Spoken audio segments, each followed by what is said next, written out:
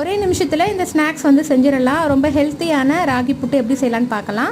அதுக்கு ஃபஸ்ட்டு வந்து ஒரு கப் அளவுக்கு மாவு எடுத்துக்கோங்க. அதில் கொஞ்சமாக தேவையான அளவுக்கு உப்பு சேர்த்துட்டு நல்லா மிக்ஸ் பண்ணிக்கோங்க. கொஞ்சம் கொஞ்சமாக தண்ணியை தெளிச்சிட்டு நீங்கள் மிக்ஸ் பண்ணிங்கன்னா நல்லா உதிரி உதிரியாக கிடைக்கும். ரொம்ப தண்ணி மிக்ஸ் பண்ணிங்கன்னா கெட்டி கெட்டியாக இருக்கும்.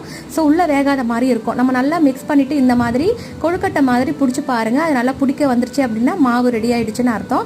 அதுக்கப்புறம் இட்லி குண்டால் தண்ணி ஊற்றி நல்லா ஒரு 10 நிமிஷம் வந்து கொதிக்க விடுங்க.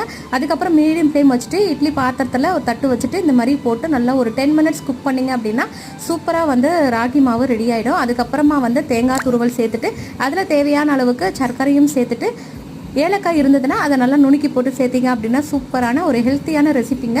குழந்தைங்களுக்கு அடிக்கடி செஞ்சு கொடுங்க. இரும்பு சத்து ரொம்பவே அதிகம். மாதவிடாய் டைமில் இந்த மாதிரி புட்டு செஞ்சு சாப்பிட்டோம் அப்படின்னா உடம்புக்கு நல்ல ஆரோக்கியமான வலுவை தருங்க.